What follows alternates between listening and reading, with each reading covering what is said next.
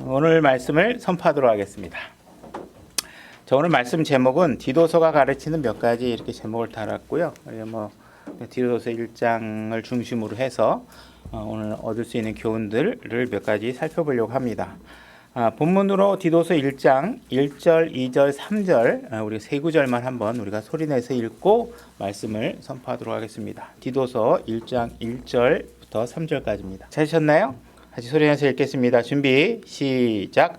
하나님의 종이요 예수 그리스도의 사도인 바울은 하나님께서 선택하신 자들의 믿음에 따라 하나님의 성품을 따르는 진리를 인정함에 따라 영원한 생명의 소망 안에서 사도가 되었는데, 이 생명은 거짓말하실 수 없는 하나님께서 세상이 시작되기 전에 약속하셨으나 자신의 말씀은 하나님 곧 우리의 구원자의 명령에 따라 내게 맡겨진 복음 선포를 통하여 정하신 때에 드러내셨느니라.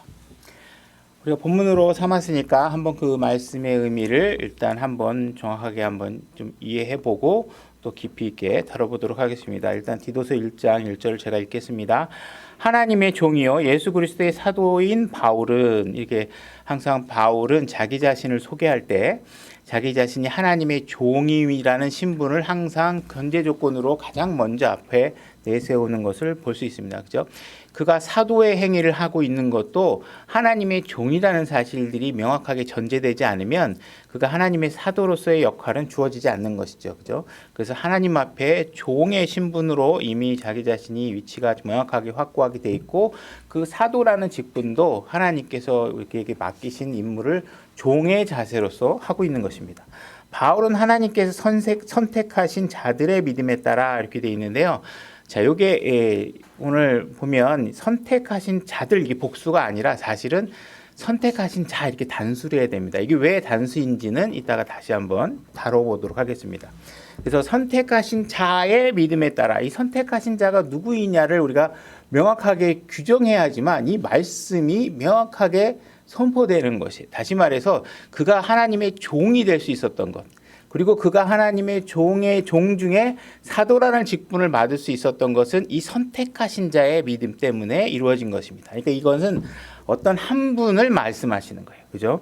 하나님의 성품을 따르는 진리를 인정함에 따라 여러분들이 하나님 이 선택하신 자의 믿음을 여러분들이 받아들이게 되면 여러분들이 그 이후에 취해야 될 것은 무엇이냐면 하나님의 성품을 따르는 일에 진지하셔야 됩니다. 그래서 그분을 따라서 그분의 성품을 닮아가도록 하시고 그분이 보여주는 진리들을 인정하면서 살아가셔야 됩니다. 우리는 구원받자마자 모든 진리를 한꺼번에 통찰해서 알 수 있는 게 아니죠. 우리는 하나하나 그분의 진리를 따라가시면서 배워가셔야 됩니다. 2절, 영원한 생명의 소망 안에서 사도가 되었는데, 여러분들이 소망을 가질 수 있었던 것은 무엇 때문이냐? 하나님께서 선택한 자 안에 들어오셨기 때문에 여러분들은 소망을 가질 수 있게 된 것입니다. 그래서 여러분들은 소망을 갖고 이 사도의 직분을 수행하고 있는 이 바울이 결국은 소망 안에서 디도에게 편지를 쓰고 있는 서신서의 첫 부분을 지금 읽고 계시는 것입니다. 이 생명은 거짓말하실 수 없는 하나님께서 세상이 시작되기 전에 약속하셨으나, 그래서 여러분들이 갖고 있는 생명은 왜 안전하냐? 그건 거짓말하실 수 없는 분이 여러분들에게 약속하신 거기 때문에 그래요. 그죠? 그분은 가다가 갑자기 변덕이 생기셔갖고, 오늘 내가 오늘 바빠서 네 생명은 오늘 못 챙기겠어. 그 생명 챙긴다는 말은 내가 잠깐 실수를 한 거네. 이런 말 하시는 분이 아니에요. 그분은 한 번 얘기했으면 그건 절대로 지켜지는 말씀만 하시는 분이에요. 거짓말 하실 수 없는 분이시죠. 그러니까 우리가 거짓말할 수 없는 하나님을 갖고 있다는 건 얼마나 감사해요. 그죠? 여러분들 친구들 사이에서 좀 도와줘. 그러면 걱정하지 마. 내가 다 해결해 줄까? 술 마시면서 막 그냥 호언 장담하다가 다음날 술 깨고 나면 그런 말이 언제 했는지도 모르고 갑자기 막 그 앞에서 약속해 놓고 집에 가서 마누라 만나고 와서는 갑자기 아무래도 우리 마누라 때문에 안 될 것 같아. 막 이렇게 얘기하시는 분이 아니란 말이에요. 그죠? 그분은 한 번 말하셨으면 그 말이 영원히 지켜지는 분이에요. 그러니까 얼마나 안전해요. 여러분들 사람과 사람 간의 약속을 해놓고도 얼마나 불안하세요. 그죠? 그게 안 지켜질까 봐. 그죠?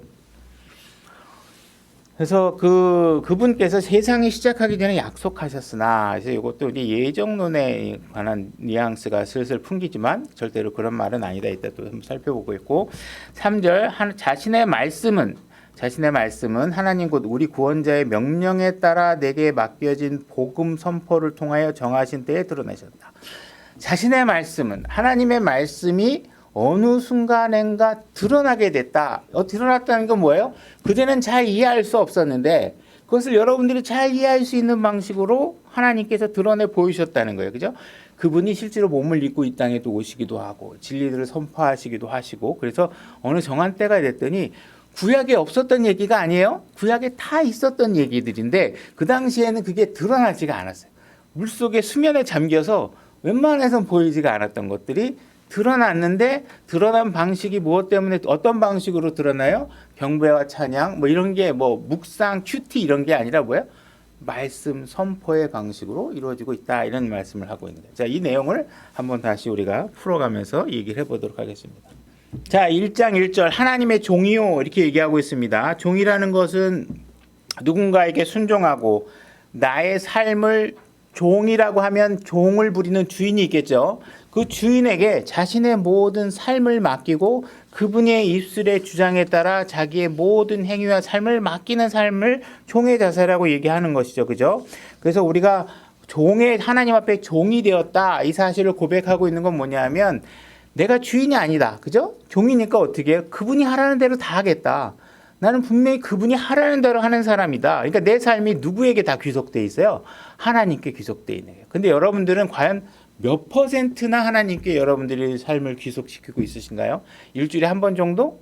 나머지는 여러분 마음대로 살고 일주일에 한 번 정도 주님의 말씀대로 한번 살아볼까? 이렇게 생각하고 계시는 건지, 아니면 여러분들이 살고 있는 삶, 모든 시간, 모든 것들이 주님을 위해서 살고 있는 것인지를 되돌아볼 필요가 있는 것이죠. 우리가 누군가는 분명히 섬기고 살게 되어 있습니다. 이 세상을 살면 여러분들이 누군가는 섬기게 돼요. 그 특별한 구분은 세 가지 구분을 할 수 있겠죠. 여러분들이 하나님을 위해서 살든지, 내 육신을 위해서 살든지, 아니면 마귀를 섬기고 살든지, 우린 누군가는 분명히 섬기면서 살고 있다는 것이에요. 그래서 여호수아서 24장에서도 보면 너희가 누구를 섬길지 선택하라고 여호수아가 자기 백성에게 이야기하고 있죠. 우리는 어떤 길을 선택하는 게 아닙니다. 너 어떤 길로 갈래? 너는 어떤 방식으로 살래? 이게 아니라 뭐예요? 우리는 어떤 누구를 섬길 것인가, 그 인격이신 예수 그리스도 하나님 아버지, 하나님을 섬기는 것이죠. 그래서 그분을 섬기는 것을 선택하도록 하나님께서 권면하고 있고, 그것이 너희들에게 굉장히 유익할 것이다, 이렇게 얘기하고 있습니다. 우리가 종으로 사는 것은, 누군가 하나님 앞에 이제 종으로 사는 것은, 우리가 사회생활을 할 때도 항상 직장 상사라든지, 그래서 모임에 가면 모임의 장이 있을 것이고, 우리가 누군가의 지도자와 종과 관계 속에서 어떤 일을 하면서 살게 되겠죠. 그죠? 봉사를 하면서 살기도 하고, 돈을 받기 위해서 직장에서 일하기도 하고. 근데 이렇게 직장에 살면서 여러분들이 뭔가 종의 자세를 취할 땐, 내가 이 종의 자세는 하나님의 종의 자세와 일치시켜서 내가 이 삶을 살아야 되겠구나라고 여러분들이 생각하도록 하나님께서 요구하고 계시는 거예요. 그러니까 직장 상사할 때, 여러분들이 일할 때 어떻게 하셔요? 그 직장 상사가 기뻐하는 방식으로 일하셔야 돼요. 하나님의 말씀에 위배되지 않는 범위 내에서. 그죠? 하나님의 말씀에 위배되는 거를 하는 건 안 되죠. 놀러 가고 음란하거나 부패하거나 부도덕한 일을 시키는 건 아니라, 그 사람의 이익을 위해서 정직하게 일하는 일에서 최선을 다해서 여러분들이 섬겨내야 된다는 거예요. 여러분들은 깨끗한 방식으로 하나님을 섬기는 방식 그대로 부정하지 않고 깨끗하고 순수하게 섬겨내면, 여러분들이 가지고 만들어내고 있는, 시간이 쌓여지면서 만들어지고 있는 여러 가지 삶의 간증이 의롭게 드러나면, 여러분들이 이 입술로 예수 그리스도를 전할 때 세상 사람들에게 파급력이 굉장히 커질 수 있다라는 거예요. 그죠? 근데 여러분들이 직장에서 뺀질뺀질거리고 직장에서 직장 일은 안 하고 종교 활동 전도지 만들고 있거나 여러 가지 교회 직장에서 성경책 읽고 있거나 이렇게 하고 그랬으면, 직장 상사가 볼 때 내가 월급 주고 있는데 여기 와가지고 내 일은 안 하고 성경책 보고 있고 이러면 이게 마치 무슨 하나님 위해서 하는 것 같지만 그거 아니라는 거예요. 그죠? 그렇게 하시면 안 된다는 거예요. 그래서 우리가 무슨 일을 하든 간에 주님을 섬기듯이 하셔야 된다. 우리 말씀 찾아보겠습니다. 골로새서 3장 23절. 제가 읽겠습니다. 또 너희가 무슨 일을 하든지 이거는 교회 일만을 얘기하는 게 아니에요. 여러분 직장에서 하든 무슨 일을 하든 친구들하고 동창회를 하든 어떤 일을 하든 마음을 다해 주께 하듯 하고, 그죠? 사람에게 하는 거지만 하나님께 하듯이 생각하라는 거예요. 하나님께 하듯이. 그래서 주께 하듯이 하고 사람들에게 하듯이 하지 말라 이렇게 말씀하고 있습니다. 고린도전서 10장 31절. 제가 읽겠습니다. 그런즉 너희가 먹든지 마시든지 무엇을 하든지, 그죠? 뭘 하든지 숨 쉬든지 무슨 말을 하든지 친구들하고 교제를 하든지 뭘 하든지 모든 일을 하나님의 영광을 위하여 하라 이렇게 말씀하고 계십니다. 그래서 내가 하고 있는 일이 하나님의 영광이 되는 것인가, 그죠? 내 아들이 대학 들어가는 게 하나님의 영광을 위한 것인가, 그리고 그 가치를 자녀에게 알려주는 것인가, 내가 지금 직장에 가서 돈을 벌면 무엇을 위해서 하는 것, 내가 지금 아파트를 구하고 좋은 집에 살고 하는 것이 그 경계선이 최적화되어 있는 목표가 뭐예요? 하나님의 영광을 위해서 하는 것인가, 그죠? 그래서 이런 것들을 여러분들이 잘 생각하고 해야 된다는 거예요. 우리가 보상에 관한 문제를 생각하더라도 우리가 누구를 섬기는 것이, 우리가 누구를 섬겨야 어떤 사람을 내가 한테 도움이 되는 일을 해야 그 사람이 나에게 큰 보상을 줄 것인가, 이걸 한번 생각해 봐도 그 대상은 하나님을 섬기는 것이 가장 유익하다 이 말씀을 하고 계시는 것입니다. 만약 우리나라에서 최고로 좋은 직장이라 그러면 S사가 있겠죠. 그 S사에 여러분들이 들어가서 1년 연봉을 막 그냥 최고액을 받는다고 해도 그 돈으로 여러분들의 어떤 주차장 한 구퉁이도 금으로 깔기 어렵습니다. 그죠? 근데 하나님 앞에 가시면요, 하나님은 여러분들이 다니는 길을 다 금으로 만들어 놓으셨어요. 단지 이제 지금 우리에게 주어지는 일들은 아니지만 분명히 그런 것들이 성경에 약속되어 있는 것이라는 것입니다. 어떤 분이 거짓말 하실 수 없는 분께서 약속하고 있는 거예요. 그러니까 여러분들이 최종적으로 누구를 위해서 일하는 것이 정말 최고의 보상을 받을 수 있는지 이것을 생각해 봤을 때 하나님을 섬기고 예수 그리스도를 섬기는 것이 여러분들의 삶에 가장 유익하다는 것이. 근데 그것을 버리고 자꾸 여기 이 땅에 여러분들의 육신적 만족을 위해서, 그죠? 뭐 자녀의 육신적 만족을 위해서, 내 남편의 육신적 만족을 위해서 여러분들이 자꾸 삶을 살게 되면 그것은 어리석은 일을 하게 된다. 여기서 받은 모든 것들은 여러분들이 그냥 눈만 감아서 땅속으로 들어가면 여러분하고 아무 무관한 것들이 돼요. 그죠? 여러분 후손을 위해서 뭐 남겨놓는다 그래도 이 하늘과 땅도 어떻게 돼요? 나중에 다 없어질 것들이에요. 그러니까는 여기다 뭘 쌓아놓는 거는 여러분들이 그냥 30년 살 거 1년만 살더라도 주님을 위해서 사는 게 훨씬 유익하다는 사실을 알으셔야 돼요. 1초를 살더라도. 그죠? 주님 앞에 30초 고백을 못하고 구원받지 못하고 죽으면요, 이 땅에 뭐 63빌딩 하나 갖고 죽어도 여러분에게 유익이 하나도 없어요. 지옥으로 가는 건데, 그죠? 그 다음에 바울은 어떤 삶을 살았냐면 살면서 다른 누구에겐가 절대로 폐를 끼치지 않고 살려고 노력했어요. 폐를 끼치지 않았다고 고백하고 있어요. 고린도후서 11장 9절로 가보겠습니다. 제가 읽겠습니다. 내가 너희와 함께 있을 때 부족한 것이 있었으나 아무에게도 신세를 지지 아니하였으니 내게 부족한 것을 마게도니아에서 온 형제들이 제공하였노라. 내가 모든 일에서 너희에게 짐이 되지 아니하려고 스스로 조심하였고 또 조심하였느니라. 그러니까 엄청나게 조심했다는 거예요. 그죠? 그래서 바울은 자기 육신적인 어떤 혜택을 위해서 누군가에게 짐을 지우거나 그렇게 하지 않았다는 것이에요. 그러니까 물론 어떤 삶을 살고 또 주님의 일을 하다 보면 내가 다 할 수 있는 일은 아니에요. 누군가가 도와야 되고 함께 해야 될 일이 있지만 아마 바울이 갖고 있었던 목표는 교회를 위한 것들이라든지 하나님의 일을 위해서 형제자매들의 도움을 받아서 그 일을 해 나갔고, 실제로 바울 같은 경우에는 로마나 저쪽에 서반 쪽으로 어디를 이동할 때도 로마 교회에 내가 혹시 그쪽으로 갔을 때 좀 도와달라 이렇게 얘기하고 있는 것은 자기의 물질적 도움이 아니라 하나님의 사역을 위해서 도와달라고 하는 거거든요. 그러니까 주님의 일을 위해서 하는 것들은 한 사람의 슈퍼맨의 능력으로 할 수 있는 게 아니고 우리 모두가 도와가면서 하는 일이지만 우리가 개인적인 자기 일신상의 어떤 문제들을 위해서 누군가에게 신세지지 않으려고 되게 노력했다는 거예요. 물론 살다 보면 신세를 질 수 있겠지만 하나님은 어쨌든 간에 사도 바울을 통해서 그런 일을 되도록이면 하지 않는 것이 유익하겠다 하는 이야기를 권면해주고도 있는 것입니다.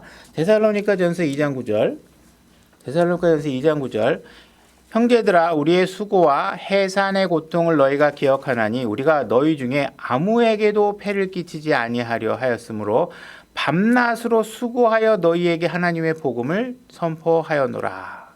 그래서 바울은 굉장히 남한테 피해를 끼치는 것을 조심했다는 거예요. 그러니까 그리스도인들이 이 부분을 자꾸 간과해서는 안 돼요. 그래서 이 기복적인 신앙을 갖고 교회가 탄생하고 한국 교회에 정착하면서 마치 뭐 교회에서 막 뭐 교회 오면 막 함부로 막 남의 거 내 거 없이 막 하는 거 이렇게 막 쓰고 그러는 거에 대해서 여러분들은 그 경계선을 잘 감시하셔야 돼요. 분명히 남의 것이 있고 내 것이 있는 거예요. 그죠? 네 것도 내 거고 내 것도 내 거고 뭐 이렇게 생각하시면은 관리가 안 됩니다. 그렇게 하시면 안 돼요. 그러니까 교회의 질서든 밖에서 어떤 질서든 간에 내 것과 남의 것 그리고 내가 남에게 피해를 주지 아니하도록 여러분들은 조심하셔야 돼요. 그러니까 때로는 우리가 도움을 받는 경우가 필요하겠죠. 그러면 여러분들은 당연히 고맙다고 얘기해야 되고 그 도움 받은 것에 관해서 어떻게 하셔야 되냐면 갚으시려고 노력하셔야 돼요.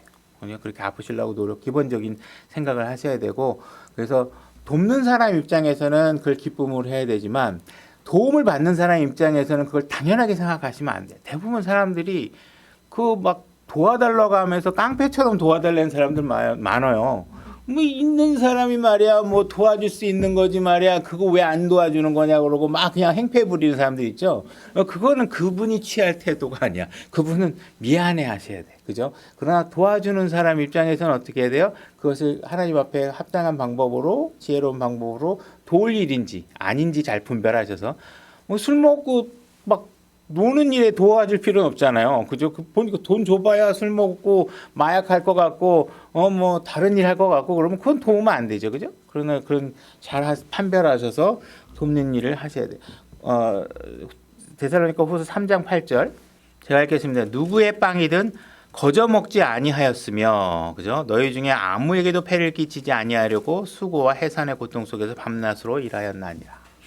그러니까 바울은 텐트 만드는 일도 하고 자기가 실질적으로 부업을 해가면서 그런 일을 했어요. 그러니까 그런 방법이 목회자의 전형이다 이렇게 얘기할 수는 없어요. 이건 사도로서 그 당시에 그렇게 한 거예요. 그러나 결국은 그런 자세도 필요하다는 것을 얘기하고 있는 것입니다. 그래서 그것이 여러분들의 신앙적인 자세로서는 누군가에게 내가 뭐 거저 먹고 막 거저 먹으면서 막 좋아하고 뭐 이렇게 하는 것들 자세를 취하면이 안 돼요.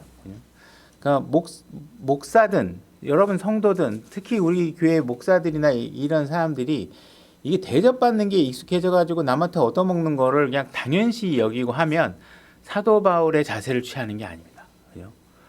얻어먹으면 거저 얻어먹지 않으려고 노력하셔야 돼요. 그죠? 그러니까 이런 자세를 안 취하고 뭐 내가 목사니까 뭐 얻어먹어도 되지 이런 자세는 안 돼요. 물론 섬기는 사람 입장에서는 또 섬기려고 노력해야 되고 그러나 그것이 목사이기 때문에 누구 한 사람을 막 영웅시해서 섬겨도 안 되고 그죠? 목사보다 가난한 사람이 있으면 가난한 사람을 섬기고 하셔야 돼. 돕고 그런 일들을 하셔야 돼요. 근데 가난한 사람은 하나도 안 돕고 그냥 목사한테만 가져다가 돈 주고 이런 것들도 잘못된 거죠. 그러니까 이런 일들에 관해서 합당하고 건전한 방식으로 여러분들이 섬기는 일들을 하셔야 돼요. 그래서 바울은 하나님을 섬기면서 그죠? 이 땅에 누군가를 섬기는 일에 있어서 두 가지 동시의 일을 다 주를 섬기듯이 잘 소화해내는 삶을 사는 거예요. 그죠? 그러니까 우리는 주님의 일을 하니까 세상 일은 하나도 안 한다. 뭐 이런 식의 극단적인 선택을 취하시면 안 되고 여러분들은 가족의 생계를 부양하고 또는 가족을 돌보기 위해서 여러분이 각자 위치에 맞는 합당한 수고와 노력을 다 하셔야 됩니다. 그러면서도 주님을 섬기는 일을 병행해 가면서 다 하고 있는 것이죠. 그죠?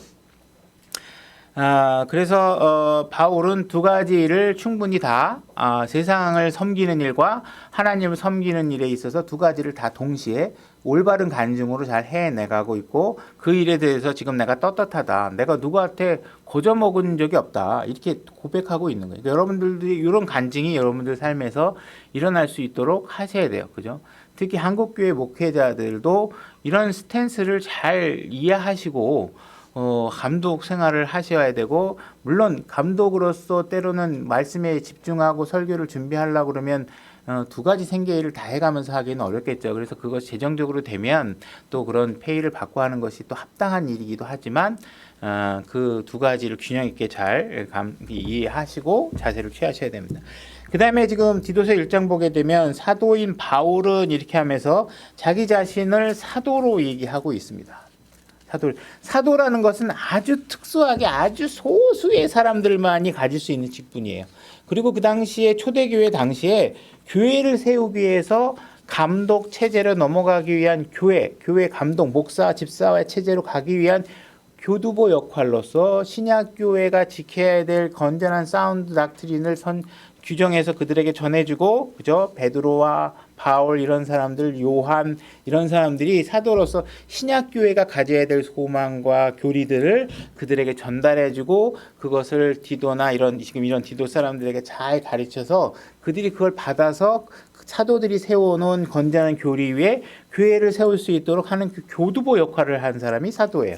그래서 만약에 오늘날에 내가 사도다 이렇게 얘기하려면 적어도 먹고 사는 문제에 있어서만큼은 사도 바울처럼 누구에게도 신세 지시면 안 되는 거예요. 기적이고 뭐고 이건 둘째치고라도 남한테 거저 얻어먹고 신세지고 돈 받고 다니고 치료하고 돈 받고 뭐 이런 거 하시면 안 된다. 그러니까 바울은 지금 뭐라 해서 떳떳하게 내가 누구한테 신세진 거 없다. 내가 신세 안 질라고 진짜 텐트도 만들고 내가 자비량으로 손도 다 했다. 이렇게 얘기하고 있는 거예요. 적어도 여러분들이 사도라면 그렇게 하셔야 된다. 그래서 이 또 사도의 교리를 너무 목회자들에게 적용하는 것도 무리가 있는 것이고 그러나 그리스도인으로서 이런 자세는 중요한 지표가 되는 것이라는 걸 알아야 돼요. 그러면 바울이 이렇게 했던 이런 자세를 취한 것은 어디서 만든 것이냐? 바울이 이제부터 내가 그리스도인의 삶의 규범은 내가 규정할 거야. 이제 내가 규정하는 대로 너희들이 살아. 이렇게 하는 게 아니라 누구한테 배웠게요? 예수님한테 배웠습니다. 마가복음 10장 42절. 제가 읽겠습니다. 예수님께서 그들을 불러 그들에게 이르시되 이방인들을 다스린다 하는 자들이 그들에게 주인된 권리를 행사하고 그들의 큰 자들이 그들에게 권위를 행사하는 줄 너희가 알거니와. 그죠? 이방 사람들은 조금만 힘만 있으면 어떻게 하려고 하냐면 다스리려고 해요. 큰 힘을 가지고 힘없는 사람을 다스리려고 하죠. 근데 너희는 그렇게 하지 말라. 너희끼리는 그리하지 말지니 너희 가운데 누구든지 크게 되고자 하는 자는 어떻게 해야 돼요? 섬기는 자가 되라. 섬기는 자가 되라. 너희 중에 누구든지 가장 으뜸이 되고자 하는 자는 모든 사람의 종이 되어야 할지니라. 사람의 아들은 섬김을 받으러 오지 아니하고 도리어 섬기며 자기 생명을 많은 사람의 대속물로 주려고 왔느니라 하시니라. 그러니까 예수님께서도 이 땅에 오셔서 어떤 본을 보이셨냐 하면 나는 이 땅에 누군가를 다스리러 온 게 아니다. 나는 섬기러 왔다. 너희들을 섬기러 왔다. 심지어 섬기는 방식이 어디까지냐? 내 목숨을 내어줄 정도까지 내가 섬기러 이 땅에 왔다. 그러니까 예수님께서는 섬김을 받으러 온 게 아니라 사람들이 예수님 막 갖다 그냥 주인이여 왕이여 막 이렇게 섬기는 게 아니라 예수님께서 나는 그런 걸 섬기러 받으러 온 게 아니라 내가 섬긴다. 그 다음에 예수님은 그들로부터 무슨 복을 받으러 온 게 아니라 어떻게 해요? 나로 인해 그들이 복을 받도록 만들기 위해서 이 땅에 왔다. 이렇게 말씀하고 계시는 거예요. 그러니까 그리스도인들은 예수님의 삶의 본을 따르시려면 어떻게 하셔야 돼요? 여러분들은 누구한테 가서 도움을 받거나 남에게 혜택을 받거나 하는 위치에 있지 말고 여러분들은 어떻게 하셔야 돼요? 여러분들이 간 자리에 여러분으로 인해서 주변 사람들이 혜택을 받고 여러분들로 인해서 주변 사람들이 섬김을 받을 수 있는 자세를 취하셔야 그게 올바른 그리스도인이라는 것이에요. 그죠? 그러니까는 그리스도인으로서 교회에 있든 바깥에 있든 왜 나를 안 섬기는 거야? 왜 나 가난한데 막 안 줘? 이렇게 하지 마시고 여러분들 지혜가 없고 세상 사람들은 가난하면 도움을 달라고도 하겠지만 그리스도인이라면 어떻게 하셔야 돼요? 자기 몸 관리는 자기가 하실 수 있는 경제력을 가지셔야 돼요. 부자가 되려는 게 아니라 남한테 폐를 끼치지 않을 정도의 삶을 살 수 있으셔야 돼. 이게 쉽지 않은 거라는 거예요. 이게 쉽지 않은 거. 여러분들이 저는 우리가 교회를 시작할 때 초반부에도 이런 설교를 드렸지만 사람들이요 먹고 자고 옷 입는 거로 쓰는 게 여러분들의 소비의 다 90%입니다. 그죠? 그러니까 여러분들이 뭐 좋은 집이 있든 작은 집이 있든 그건 이미 픽스드 코스트 고정 자산이니까 뭐 좋은 집에 살 수도 있고 뭐 하지만 매일같이 쓰는 돈은 다 뭐예요? 뭘 먹을까? 무엇을 입을까? 이거 갖고 쓰는 거예요. 그러니까 그런 부분에 있어서 여러분들이 최소한 누구에겐가 신세를 지지 않으도록 노력하셔야 돼요. 그래서 바울이 지금 종의 자세를 취하고 있는 것은 자기가 내가 그냥 종으로 사는 게 멋있어 보일 것 같아. 야, 도덕적이야. 이렇게 얘기한 게 아니라 보니까 예수님이 그렇게 사셨구나. 예수님이 종의 자세를 취하셨구나. 그죠? 그래서 바울은 지금 예수님이 가르쳐 준 대로 살고 있는 것입니다. 그죠? 그다음에 디도서 1장에서 하나님께서 선택하신 자들 이렇게 돼 있는 거를 이게 제가 잘하고 했죠. 그래서 영어 자체가 The face of God's elect라고 돼 있어 가지고 이게 이제 복수로도 쓰일 수도 있고 뭐 단수로도 쓰일 수 있는데 여기서 이 문장은 하나님께 선택하신 자 한 분을 얘기하는 겁니다. 여러분 아시겠지만 예수 그리스도를 얘기하는 거겠죠. 그죠? 세상의 기초가 놓이기 전에 하나님께서 선택하신 자가 있다. 이렇게 말하고 있는 것이죠. 이걸 확인하기 위해서 이사야서 42장 1절로 가보겠습니다. 제가 읽겠습니다. 내가 떠받쳐주는 나의 종 내 혼이 기뻐하는 자. 그죠? 내 혼이 기뻐하는 자, 곧 나의 선택한 자. 여기 단수로 돼 있죠. 나의 선택한 자가 있는데 이 선택한 자 한 사람만이 하나님을 기쁘게 하실 수 있어요. 그죠? 우리는 그분을 기쁘게 하실 능력이 별로 없어. 거의 전무해. 그죠? 그러나 나를 기쁘게 하는 아들이 한 사람이 있는데 예수 그리스도시겠죠? 그 구약에서 나를 기쁘게 하는 한 사람이 있다. 한 혼이 있다. 이렇게 예언하고 있죠. 보라 내가 영을 그 위에 두었은즉 그가 이방인의 판단의 공의를 베풀리라. 자, 마태복음 3장 16절로 가보겠습니다. 내 혼이 기뻐하는 자. 그분이 누구인지를 하나님께서 여러 사람 앞에서 선언하십니다. 마태복음 3장 16절. 예수님이 침례를 받는 장면에서 하나님께서 누가 내 혼이 기뻐하는 자인지를 명확하게 말씀하십니다. 제가 읽겠습니다. 예수님께서 침례를 받으시고 곧바로 물속에서 올라오실 때 보라 하늘들이 그분께 열렸으며 또 하나님의 영께서 비둘기같이 내려와 자기 위에 내려앉는 것을 그분께서 보시더라. 보라 하늘로부터 한 음성이 있어 이르시되 이 사람은 내 사랑하는 아들이라 내가 그를 매우 기뻐하노라. 그죠? 하나님께서 기뻐할 수 있는 자는 한 분밖에 안 계십니다. 그것이 내 아들이고 구약에서 기뻐하는 자가 한 사람이 있다고 그랬고 그분이 마태복음에서 등장하시게 되는 것이죠. 그러니까 이 선택한 자는 예수 그리스도라는 걸 알 수 있습니다. 그래서 디도서 1장 1절로 다시 오시면 하나님께서 선택하신 자들이라고 되어 있는데 우리가 이제 자 이게 싱글로 단수로 읽으셔야 되겠죠. 하나님께서 하신 자의 믿음에 따라. 그죠? 그래서 우리는 사도 바울이 하나님의 종이 되고 사도가 된 건 하나님께서 선택한 어떤 사람들의 믿음의 근거에서 된 게 아니에요. 그죠? 선택하신 자 예수 그리스도가 그분이 갖고 있었던 믿음에 의해서 근거에서 바울이 하나님의 종이 됐고 사도가 됐고 그 믿음의 근거에서 그분의 성품을 따라가는 삶을 살게 됐고 그분의 진리를 인정하게 되는 것이죠. 그래서 이 선택하신 자는 바로 예수 그리스도를 얘기하는 것이죠. 그래서 우리가 그분의 믿음을 따라 이렇게 얘기하고 있는 것들은 그분이 주시는 정보들을 하나하나 보면서 그죠? 우리 매뉴얼 따라서 하면 돼 이런 얘기는 뭐냐면 1번 어떻게 하면 되지 2번 어떻게 하면 처음에 잘 우리가 모르잖아요. 그죠? 설명서 딱 보고 1번 이렇게 했구나 2번 이렇게 했구나 그래서 그분이 하는 대로 하나씩 두 개씩 해서 따라가다 보니까 어떻게 돼요? 예수 그리스도와 닮아져가는 상태가 되겠죠. 그래서 그분을 따라서 하셔야 되는데 그래서 우리가 처음부터 모든 것을 알지는 않는다. 그분을 따라가면서 배워가셔야죠. 그리고 처음에 구원받았을 때 우리가 예수 그리스도가 공동 상속자라는 것을 알고서 구원받고 그러진 않잖아요. 안에 들어왔더니 그 진리들이 이제서 보이는 거죠. 죄인으로 살다가 뭐 공동 상속자에 관심이 있어서 구원받는 사람은 없잖아요. 그죠? 자기 죄 때문에 구원받는 거지. 그죠? 그 들어왔더니 야, 이게 그전에는 모르던 어마어마한 약속들이 나에게 주어져 있구나 라는 사실을 알게 되는 것이죠. 로마서 3장 19절로 가보겠습니다.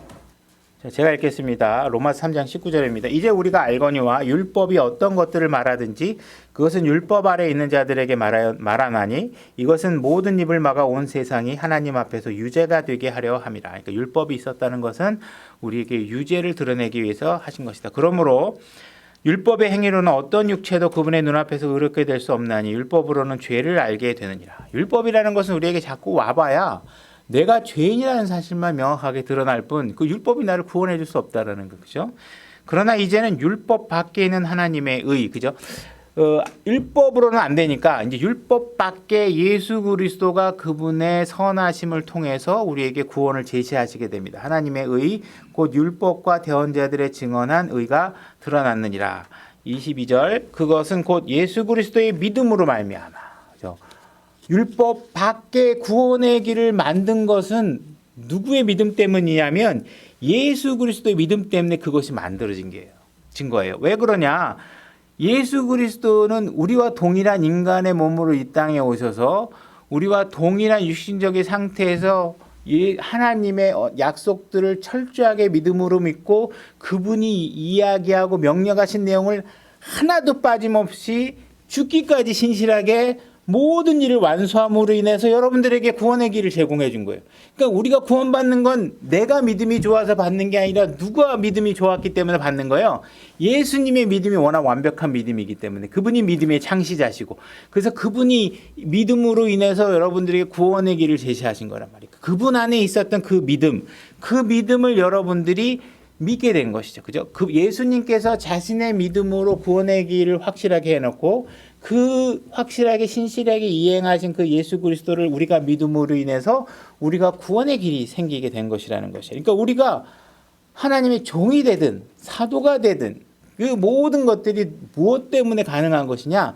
예수 그리스도의 믿음, 하나님께서 선택하신 자의 믿음 때문에 가능하게 된 것이단 말이에요. 그러니까 예수님의 신실함으로 인해서 우리가 구원이 이루어진 거예요. 그러니까 우리의 구원에는 우리가 숟가락 하나, 젓가락 하나 올리게 전혀 없다라는 사실을 우리가 명확하게 이해하셔야 되는 거예요. 자, 갈라디아서 2장 16절. 자, 사람이 율법의 행위로 의롭게 되지 아니하고 오직 예수 그리스도의 믿음으로 되는 줄 알므로 우리도 예수 그리스도를 믿었나니. 그죠?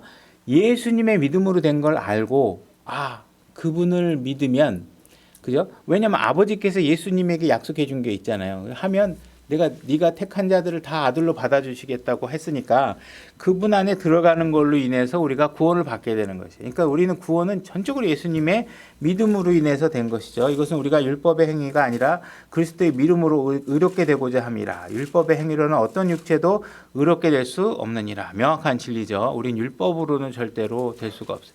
그분이 해놓으시고 그분 안에 우리가 올라타서 그분 덕에 의롭다고 인정받아서 가는 거예요. 우린 예수 그리스도 안에 들어가서 하나님 앞에 들어가는 것입니다. 20절. 내가 그리스도와 함께 십자가에 못 박혀 있으나 그럼에도 불구하고 사노라. 그러나 내가 아니요 그리스도께서 내 안에 사시느니라. 나는 지금 내가 육체 안에서 사는 삶을 나를 사랑하사 나를 위해 자신을 주신 하나님의 아들의 믿음으로 사노라. 그죠?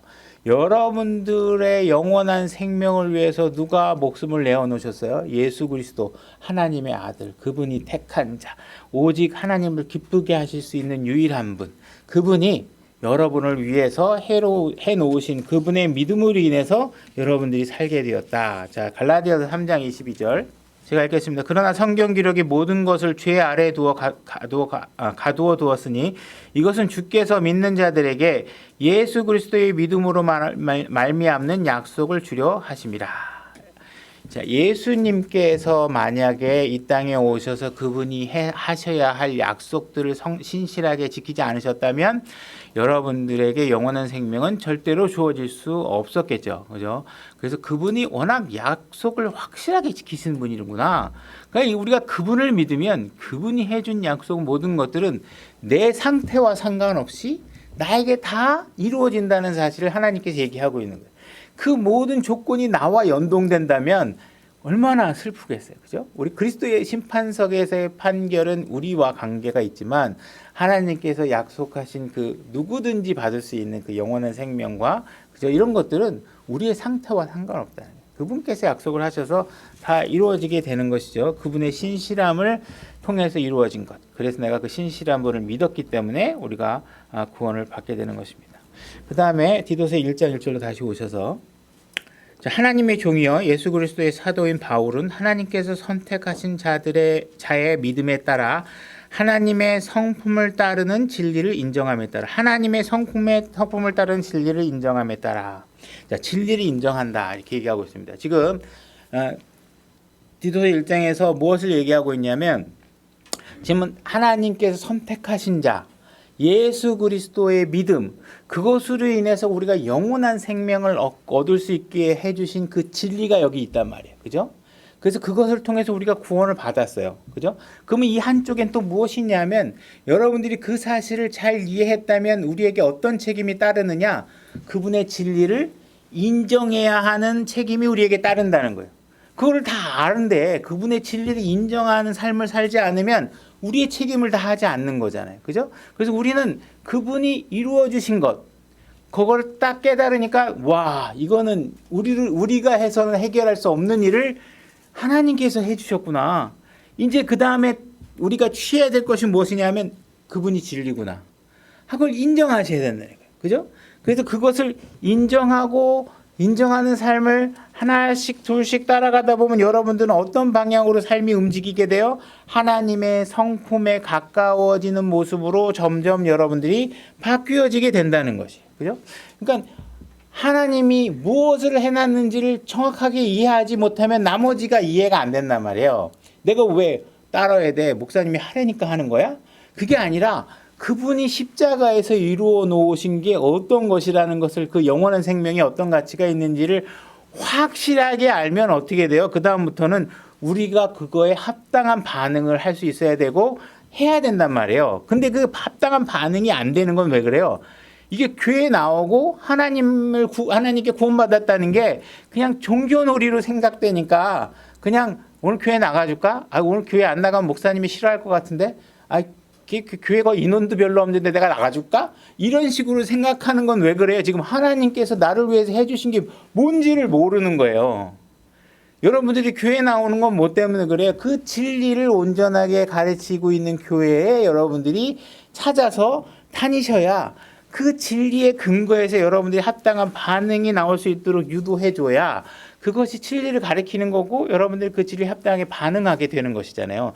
이게 잘 이해가 안 된 상태에서 자꾸 거짓으로 여러분들이 이끌어가고 뭐 예수님 믿고 복 받으세요. 여기 보니까 예수님 그 교회 그 목사님이 어느 목사님 용하셔. 그분한테 안수기도 한번 받아봐. 병이 막 잘 낫는데 이런 거 갖고 믿으면 이게 뭔가 잘못 반응하는 거잖아요. 그죠? 그러니까 여러분들이 그 사실을 정확하게 인식하셔야 된다는 거예요. 2절, 디도서 1장 2절로 가보겠습니다. 영원한 생명의 소망 안에서 사도가 되었다. 이렇게 얘기하고 있죠. 사도 바울은 지금 디도에게 편지를 쓰면서 소망을 갖고 쓰고 있어요. 이제 우리에게 너무나 기쁜 소망이 있어. 디도 이거 너 알지? 이거 잘 사람들한테 가르쳐줘야 돼. 그러면서 이제 그런 진리들을 가르쳐주고 있는 것이잖아요. 그죠? 그래서 이런 소망을 갖게 된 것은 무엇 때문에 가능하냐? 예수 그리스도 안에 있기 때문에 가능하다는 거예요. 만약에 예수 그리스도 바깥에 있었다면 여러분들은 이방인으로서 그죠? 이상 외계인 스트레인저로서 여러분들은 어떠한 소망도 가질 수 없는 상황이 되는 거예요. 여러분이 이 땅에 살면서 하고 싶은 거 다 해. 명품백도 다 가질 수 있고 비싼 10억짜리 승용 10억짜리가 있나? 한 4억 정도 되나요?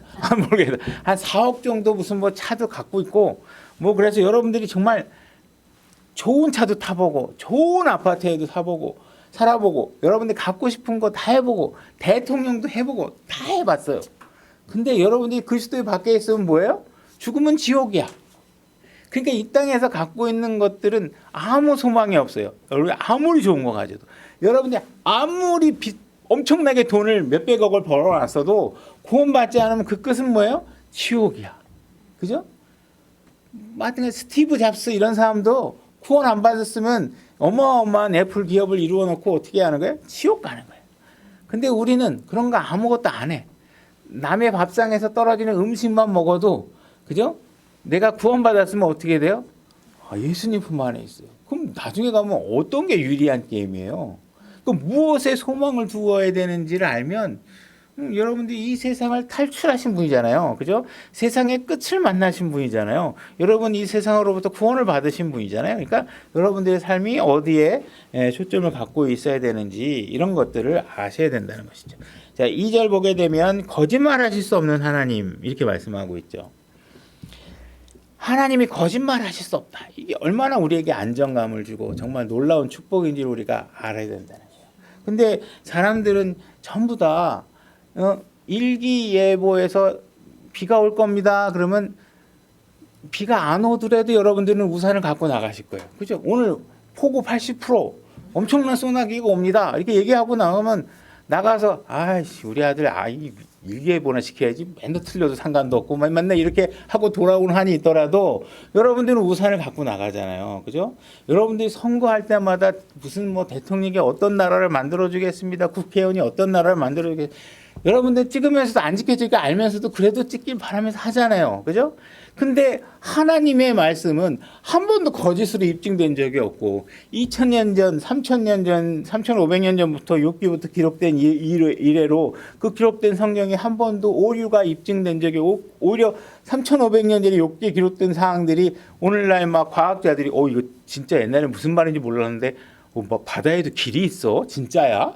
뭐 욥기에 보니까 막 뭐 길이 있다고 그러는데 바다에 무슨 길이 있어?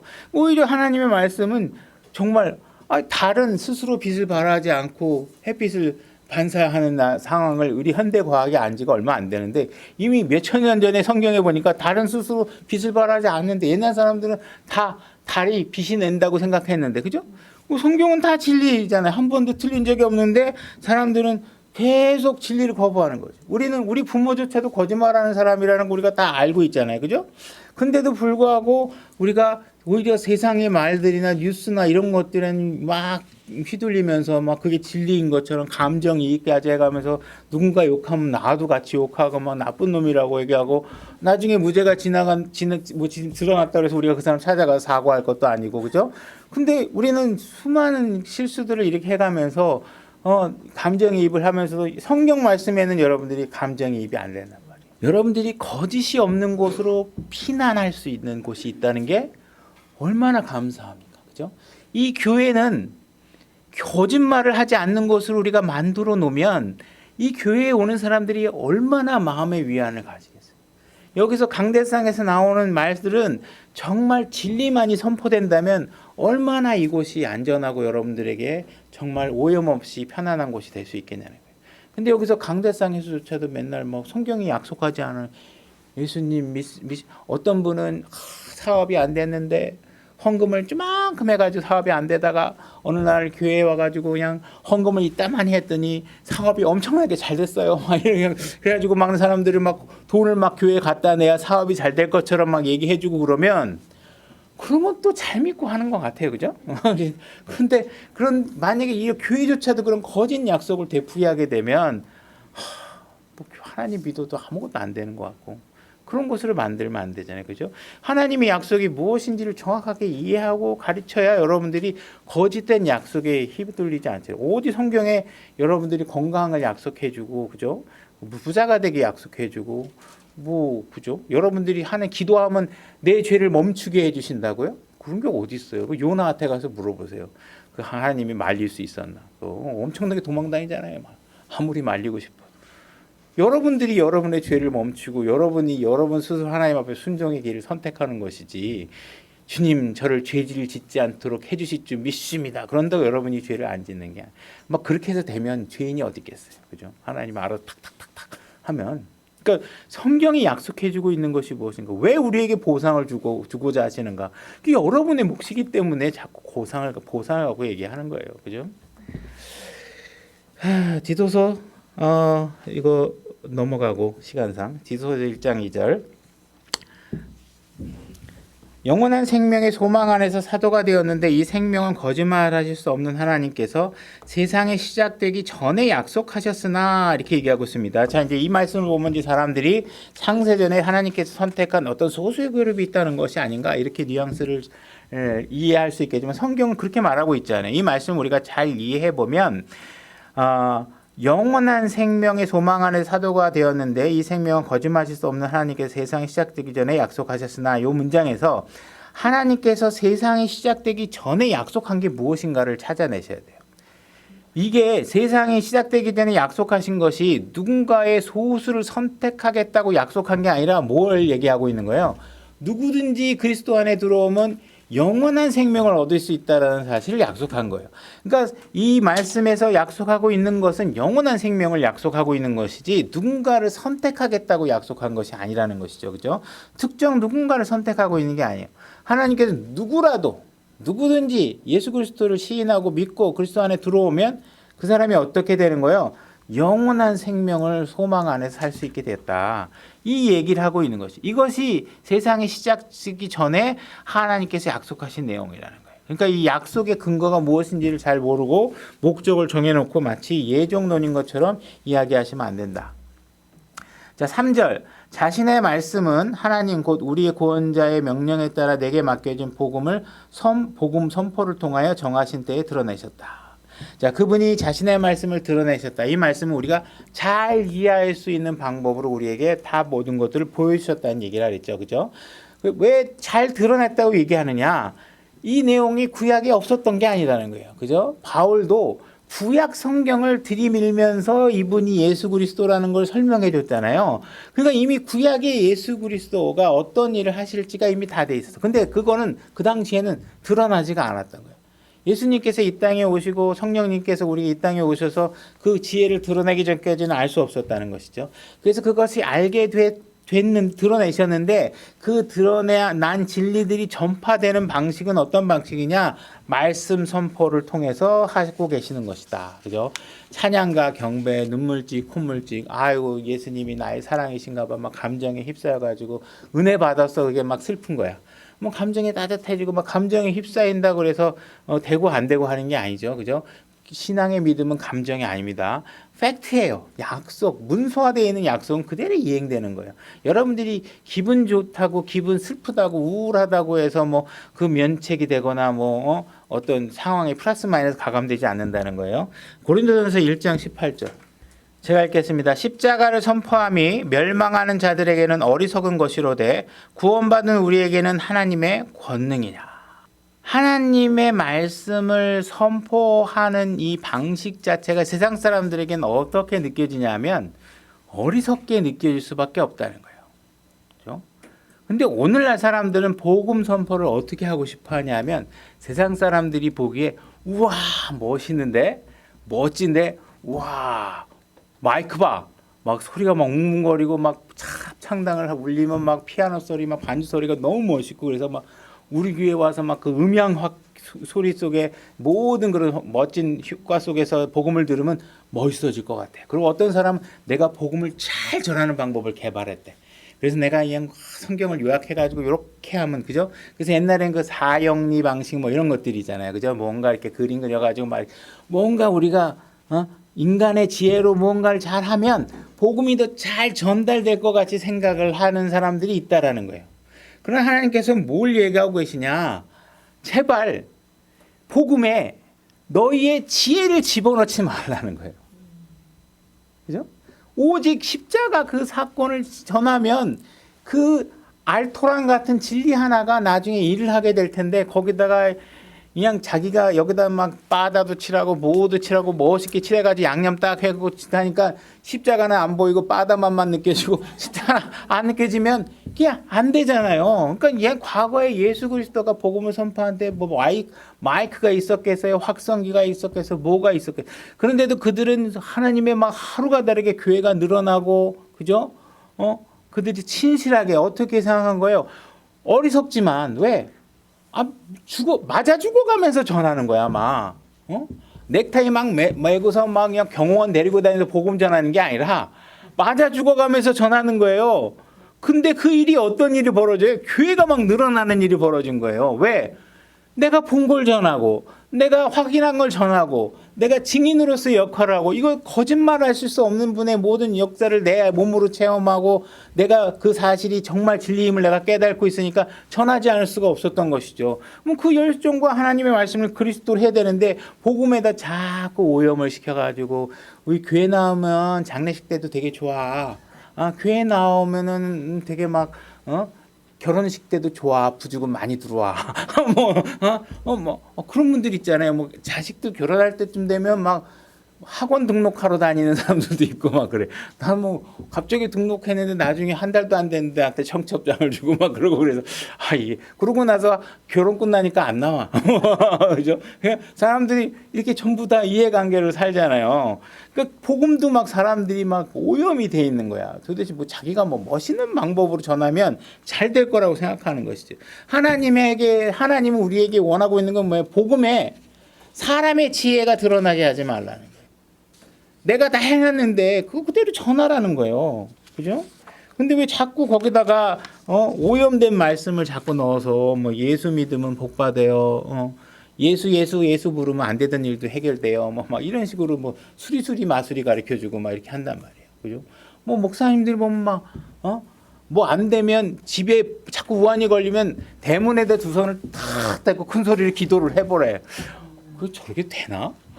난 뭐 정상적인 목사들 그 당시에는 그게 얼마나 웃긴 일인지도 몰랐어요. 저는 진짜로 그냥 그게 뭐야? 그래서 무슨 뭐 벽에다 대고 그렇게 하면 막 마귀가 날라 무슨 테마사 뭐 하나 뭐 얼마나 어리석은 거예요. 전부 다 복음을 오염시켜 갖고 진리가 뭔지를 모르니까 왜 사람을 모으려니까 그들이 좋아하는 방식으로 자꾸 사람을 끌어모을. 진리를 주면요 사람이 안 와요. 부담스러워서 안 와. 왜? 사람은 진리를 원하지 않아요. 그걸 아는 사람은 많지 않다고. 쉽지가 않다. 그렇다고 뭐 인원이 제한된 건 아니지만 어쨌든 우리는 그 결과는 우리에게 속해 있지 않지만 순수한 복음을 전해야 되는 것이죠. 자, 고린도전서 1장 19절로 가보겠습니다. 21절만 읽을게요. 고린도전서 1장 21절 하나님의 지혜에 있어서는 세상의 지혜로 하나님을 알지 못하였으므로 하나님께서 복음 선포에 어리석은 것으로 믿는 자를 구원하시는 것을 기뻐하셨느니라. 하나님의 기뻐하는 방법은 뭐냐? 네 지혜로 하지 말고 그죠? 복음이라는 어리석은 걸로 전하라는 거예요. 뭘 전하는 거예요? 십자가를 전하는 거예요.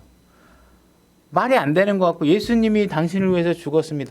이걸 어떻게 더 멋있게 변할 수 없을까? 막 이러면서 여러분들이 살면서 이렇게 예를 들어서 뭐 해보시지 않겠습니까? 어머님, 아버님이 어쩌고 저쩌고 하면서 뭔가 예화를 만들어 갖고 막 전하고 싶어 하겠죠. 그러나 그런 거 되도록이면 하지 말고 순수하게 복음의 어리석은 걸로 전하라는 거예요. 그걸 하나님께서 기뻐하신다는 거예요. 하나님의 지혜가 더 뛰어난데 자꾸 네가 뭘 더 뛰어나게 전할 수 있는 것처럼 뭐 멋있는 예화 북한에서 어떤 사람이 왔는데 뭐 그 사람이 어떤 죽음의 고통 예수님이 죽음의 고통을 통해 십자가 해놨잖아. 무슨 탈옥자가 무슨 범죄자 탈옥하고 이리 죽거나 저거로 죽거나 지옥에 갈 수밖에 없는 사람의 간증이 뭐 그렇게 귀하다고 그 사람들의 간증을 통해서 복음을 전하려고 그러냐. 복음을 통해서 하라는 거예요. 예수님이 하신 내용을 가지고 하셔야지 자꾸 무슨 뭐 눈물치 콧물치 그 MSG 다 섞여가지고 가짜로 입증도 안 되는 간증 만들어갖고 이리저리 유포하는 사람들의 막 감동받아갖고 하지 말라는 거예요. 이 성경이 다 감동 드라마인데 무슨 뭐 그런 게 뭐가 필요해요. 그죠? 근데 사람들은 여기는 안 보고 자꾸 유튜브에 감동 스토리를 자꾸 전하고 싶어 해. 성경 보셔야지 성경. 그거 다 거짓말들이라니까요. 하나님을 안 믿으세요? 하나님은 모든 사람은 거짓말쟁이라고 했죠. 그 사람은 진실일 것 같아요? 다는 아니겠죠. 그러나 그 중에 하나만 거짓이면 다 거짓이에요. 그런 거에 목숨 걸지 마시고 기록된 말씀으로 여러분들이 신앙생활 하세요. 자, 사도행전 8장 34절로 가보겠습니다. 제가 읽겠습니다. 내시가 빌립에게 응답하여 이르되 원하노니 대언자는 누구를 가리키며 이것을 말하였느냐 자기를 가리키느냐 아니면 다른 사람을 가리키느냐 하며 지금 이디오피아 내시가 지나가면서 성경을 보고 있는데 뭔지 잘 모르니까 빌립이 가서 하나님께서 가르쳐 주도록 약속을 이제 어레인지를 하시죠. 그래서 이제 그걸 보고서 이제 빌립이 이디오피아 내시의 마차에 올라타서 이제 가르쳐 주는 거예요. 이에 빌립이 입을 열어 바로 그 성경 기록들에서 시작하여 그에게 예수님을 선포하니라. 그죠? 지금 빌립이 어떻게 했냐면 마차에 올라타서 성경책을 해가지고 요거는 요거고요, 요거는 요거고요, 요거는 예수님이고요, 요거는 어린 양은 예수 그리스도를 가리키는 거예요. 이러면서 가르쳐줬단 말이에요. 그죠? 그러니까 이 방식은 스트리트 프리칭, 퍼블릭 프리칭, 거리에서 막 예수를 믿으십시오, 예수 지옥, 예수 불신 지옥, 예수님 천국 막 이러면서 소리 지르는 게 아니라 조근조근 앉아서 설명하는 거예요. 그러니까 복음을 전하는 방식은 퍼블릭 프리칭, 공공장소에서 거리 설교라는 방식도 있고 지금처럼 빌립처럼 앉아서 조근조근 전하는 방식도 있어요. 그죠? 그러니까 어느 한 방식을 고집해서 마치 거리 설교를 하지 않으면 복음을 전하지 않는 것처럼 얘기하는 거는 잘못된 방식이에요. 그게 틀리다는 게 아니, 그거 방식도 있는 거예요. 그렇지만 조근조근 거리는 방식도 복음을 전하는 거예요. 하나님께서는 나가서 복음을 전하라는 거라고 얘기했지. 다시 말해서 십자가를 전하여서 그들의 혼을 구할 수 있도록 하게 하신 것이지 퍼블릭 프리칭만을 하나의 방법으로 명령하신 게 아니에요. 그러니까 여러분들이 이거를 오해하시면 이게 또 하나의 형식적 교만이 생기셔가지고 마치 퍼블릭 프리칭을 하지 않는 사람을 경멸하거나 마치 자기만이 우월한 방식으로 하고 있다는 건 성경 말씀의 취지와 인격적으로 취지가 맞지 않아요. 그죠? 어쩔 수 없을 때가 있죠. 만약에 오늘날 같은 경우에 만약에 이거는 이제 제 사견이에요. 교리적인 내용은 아니고 사견은 만약에 거리 설교를 모든 종교에게 허락돼가지고 합법화시키면 예를 들어 여호와의 증인이 거기서 설교하고 옆에서 스님이 목탁도 들고 있고 여기 옆에 있는 사람들은 뭐 천주교에 와서 또 뭐 하고 있고 만약에 길거리 골목마다 그런 사람들이 다 늘비하게 서 있다고 생각해봐요. 그것도 사회적으로 안정성이 안 될 수 있잖아요. 그러니까 우리가 그 방법이 틀리다는 게 아니라 그 방법은 하나의 방법이고 때로는 조근조근 누군가를 만나서 1대1로 설명할 수 있는 사람이 능력이 있는 사람이 있는가 하면 때로는 가가호호 방문해서 하는 방법도 있으니까 그것도 할 수 있는 것이죠. 그러니까 하나님이 주신 명령은 복음을 전하라는 거에 있는 것이지 어떤 방법을 하라 이렇게 하면 안 되는 거예요. 이거 세족식 이런 것도 마찬가지. 그 샘플을 보여주는 것이지 그거를 예수님 이미 바를 것은 교회에서 전부 다 세족식을 해야 된다 이렇게 형식화되면 안 된다는 거예요. 그죠? 이해하시고 1장 3절로 가보겠습니다. 4절로 가보겠습니다. 시간을 줄이기 위해서. 공통된 믿음을 따라 나의 아들이 된 디도에게 편지하노니 하나님 아버지와 주 예수 그리스도 곧 우리의 구원자로부터 은혜와 긍휼과 평강이 있기를 원하노라. 자, 지금 여기 보니까 하나님은 뭐고 주 예수님은 뭐고 구원자는 뭐라는 거야. 난 예수님이 구원자인 줄 알았는데 여기 보니까 하나님도 구원자라고 그러고 예수님도 구원자라고 그러고 이게 뭐지? 그러니까 우리가 이게 하나님과 예수 그리스도가 같은 분이라는 사실을 모르기 때문에 이제 그런 얘기를 하는 것이죠. 그래서 이미 구약에서 어떻게 얘기하고 있는지 확인해 보겠습니다. 이사야서 43장 10절. 제가 읽겠습니다. 주가 말하노라 너희는 나의 증인이요 내가 택한 나의 종이니 이것은 너희가 나를 알고 나를 믿으며 내가 그인 줄 깨닫게 하려 함이라. 나 이전에 지어진 신이 없었으며 나 이후에도 없느니라. 나 곧 나는 주니라. 나 외에 구원자가 없느니라. 구약에서 하나님께서 내가 구원자라고 얘기했잖아요. 그죠? 예수님께서 내가 구원자라고 얘기했잖아요. 그러니까 두 분이 같은 분이고 두 분이 같은 분이고 구원자인 거죠. 그러니까 하나님 외에 다른 분이 없으니까 예수님이 다른 신이 되면 안 되죠. 그죠? 하나님만이 구원자니까. 그러니까 예수님이 구원자라는 건 뭐예요? 예수님이 하나님이다 이 얘기를 하고 있는 것이죠. 그죠? 5절로 넘어가겠습니다. 디도서 1장 5절. 이런 까닭으로 내가 너를 크레테에 남겨두었나니 이것은 내가 부족한 것을 바로잡고 지금 크레테 섬에다가 디도를 남겨놓고 거기에 교회 감독으로 세워놓는 거예요. 그래서 그에게 뭐라고 얘기하고 있냐면 바로 부족한 것을 바로잡아라 이렇게 얘기하고 있는 거예요. 다시 말해서 교회라는 건 부족한 것이 있는 집단이에요. 교회라는 것이 시작되면 부족한 것 투성이에요. 그럼 그 부족한 것들을 바로잡는 일을 누군가가 해야 되는데 그걸 누가 하는 것이냐? 감독이 하도록 하고 있는 거예요. 그래서 바울이 디도를 이 크레테 섬의 감독으로 남겨두고 바로 잡고 그다음에 나머지 지역 교회들이 생기면 각각 지역 교회에 어떤 걸 하냐면 장로들을 임명하도록 한 거예요. 바로 잡고 또 내가 너를 세운 것 같이 각 도시에서 장로들을 임명하게 하려 함이라. 그죠? 각 도시에 교회들이 세워질 거고, 그죠? 그 도시 안에 교회가 세워지면 교회 안에 무엇을 임명해라? 감독을 임명해라. 장로를 임명해라. 이렇게 얘기하고 있는 거예요. 감독과 장로는 같은 용어입니다. 그래서 바울 서신서에서 추정적으로 감독이라는 용어를 쓰고 있는 거고, 장로는 이스라엘 민족이 그대로 갖고 있었던 전통적 용어로 볼 수 있는 것입니다.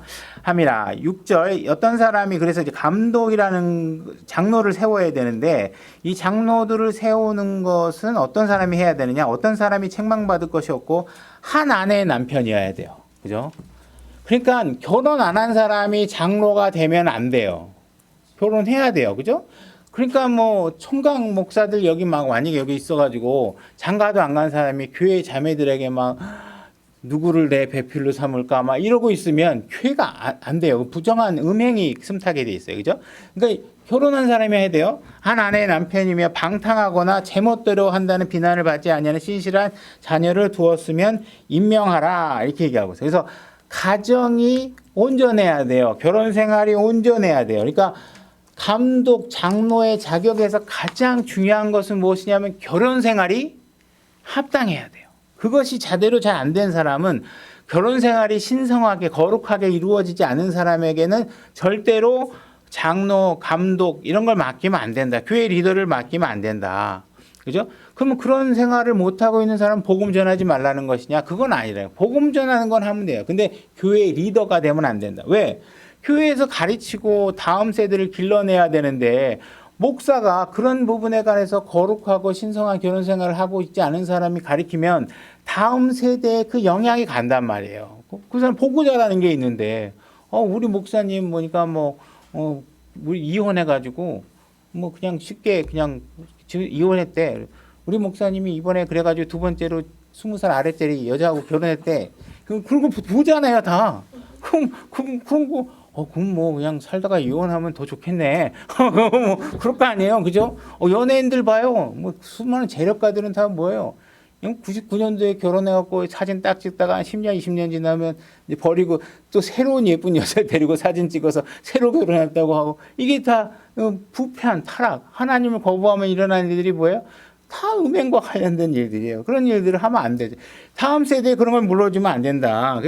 교회는 결혼 생활만큼 확실하게 거룩하게 잘 가지고 다 다스리는 사람을 교회 리더로 세워야 된다. 그게 지도자의 위치다. 이렇게 얘기하고 있는 거죠. 10절 제멋대로 행하며 헛된 말을 하고 속이는 자들이 많은데 특별히 할례받은 자에 속한 자들이 그러하니 너는 반드시 그들의 입을 막아 그런 자들을 더러운 이익을 얻으려고 자기들이 마땅히 가르쳐서는 안 될 것을 가르쳐 가정을 온통 뒤엎는도다. 그래서 지도자가 되려면 누군가가 억지를 쓰고 뭔가 논리 비약을 하고 그러면 어떻게 그들의 입을 막을 수 있는 행실이 있어야 되잖아요. 그래서 막 가리키는데 그럼 왜 목사님 왜 이혼했어요? 목사님은 왜 그렇게 하셨어요? 그러면 말이 막힐 거 아니에요. 예를 들어서 이런 부분에 관해서 이제 뭐 그런 부분에 관해서 우리가 제대로 얘기하려 그러면 그런 일에 본이 되는 사람이 교회 리더를 해야 된다는 거예요.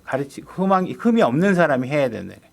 그래서 교회는 그런 건전한 교리를 가르쳐야 된다는 것이죠. 9절 디도서 1장 9절 자기가 가르침을 받은 대로 신실한 말씀을 굳게 붙들어야 하리니 이것은 그가 반박하는 자들을 건전한 교리로 능히 권면하고 확신시키게 하려 합니다. 그렇죠? 건전한 교리.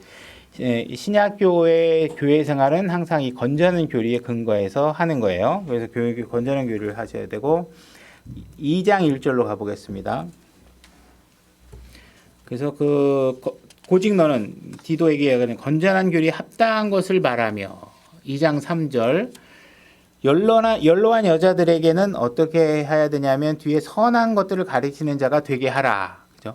교회에 연로한 자들이 있으면 선한 것들을 가르치도록 해라. 2장 7절 모든 일에서 내 자신을 선한 행위의 본으로 보이며 부패하지 아니함과 신중함과 성실함을 보이고. 그죠? 세상에서 삶을 살다가 찌들어져서 마귀가 이끄는 삶의 피곤함을 느끼고, 그죠? 아주 잔인한 감독자 밑에서 삶에 지치다가 교회에 딱 오면 우리 교회 오세요 하고 나서 보면 우리 교회가 어떤 걸 할 수 있냐면 어떻게 사는 것이 정말 좋은 삶인지 저 형제님 삶을 잘 보시면 우리가 정말 좋은 삶을 표본이 될 수 있어요 하는 사람이 교회 안에 있어야 된다는 거예요. 그죠? 흠없이 이런 걸 가르칠 수 있는 사람이 교회 안에 없으면 그 교회는 소망이 없단 말이에요. 그냥 동호회 모임이고 진리를 부딪혀서 스스로 소화할 수가 없단 말이에요. 목사도 자기가 걸리는 죄가 있으면 잘 얘기하기 어렵단 말이에요. 그죠? 예를 들어서 아내 보고 아내들이 여자들은 남편에게 순종해야 된다고 가르치고 있는데 내 아내가 그걸 잘 안 하고 있으면 가르치기 힘든단 말이에요. 내 안에서 그게 꿀린단 말이에요. 그러니까 그런 일들에 관해서 표본이 되어야 그걸 제대로 가르칠 수 있다는 거예요. 그러니까 올바른 삶을 살고자 하는 사람이 교회에 왔을 때 우리가 그 사람에게 제시할 수 있는 본이 되는 게 좋단 말이에요. 저도 이 진영에 들어와서 교회를 하면서 힘든 게 뭐냐면 내가 교회를 어떻게 이끌어가야 되는지에 대한 본을 못 찾겠어. 뭐 안 되면 우리가 본이 돼야죠. 이제 앞으로 하나님 말씀을 통해서.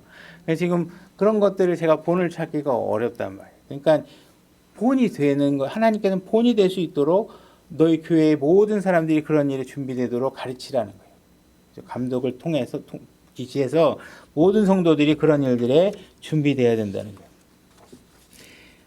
그래서 2장 10절로 가볼게요. 2장 10절로 오늘 마무리할게요. 훔치지 말고 전적으로 선하게 충성하는 것을 보이게 하라. 이것은 그들이 모든 일에서 하나님 곧 우리의 구원자의 교리를 빛내게 하려 함이라. 자, 여러분들이 이게 순수하고 열정적이고 주를 섬기는 방법으로 직장 생활하고 교회 안에서 본이 되는 삶을 자꾸 보여주고, 그죠? 어떻게 사는 게 정말 잘 사는 거야. 그래서 우리 교회 안에서 어떤 사람은 자녀를 잃었지만 그 일을 어떻게 극복하고 하나님의 말씀으로 자신을 위로를 얻고 위로자의 힘을 얻어서 우리가 살아가는지를 보여주고, 그죠? 어떤 사람은 어떤 상황들을 각각의 상황 속에서 경제적 어려움을 느꼈을 때 어떻게 그 문제를 해결했는지에 대한 삶의 본들을 서로 보여줄 수 있으면 그것이 어떤 것을 하고 있냐면 하나님의 교리를 빛내게 하는 거래요. 그죠? 그래서 하나님의 교리는 내가 믿고 신뢰할 만한 하구나. 그분의 교리대로 내가 따라가면 정말 잘 되는구나. 세상의 소송에 휘말렸을 때 내가 어떻게 하는 것이 거기에 너무 목매달지 말고, 그죠? 내가 주님을 위해서 그 시간에 내가 그걸 잊어버리고 손해 났으면 어쩔 수 없고 내가 그 나머지 삶을 주님을 위해서 내가 빛나는 삶을 살아야 되겠다 하고 영광된 삶을 살아야 되겠다 하고 그 시간을 투자해서 본이 되는 삶들을 만들어 놔야 된다. 여러분들이 그 본이 되는 삶을 만드시려면 각자가 하나님이 왜 나를 구원하시고 어떤 방식으로 구원했는지를 잘 알고 그 가치를 아셔야 과감히 세상 것들을 떨쳐버리고 잊어버리고 더 가치 있는 일에 투자할 수 있을 거 아니에요. 그래서 그런 일들을 해내면 누군가 교회를 찾아왔을 때 그들에게 위안이 되고 그들이 쉴 수 있는 곳이, 그리고 삶의 어떤 기준을 잡을 수 있는 곳이 교회가 될 수 있다라는 것이죠. 그죠? 그래서 우리 여러분들이 붙잡아야 될 진리들이 바로 이 성경 안에 있다. 그래서 여러분들이 자꾸 오염된 진리들로 여러분 자신을 더럽히지 마시고 순수하고 깨끗하게 정제된 하나님 말씀으로 항상 점검하셔서 누룩들을 제거하는 신앙들을 하시기 바랍니다. 오늘 말씀 여기까지 하겠습니다.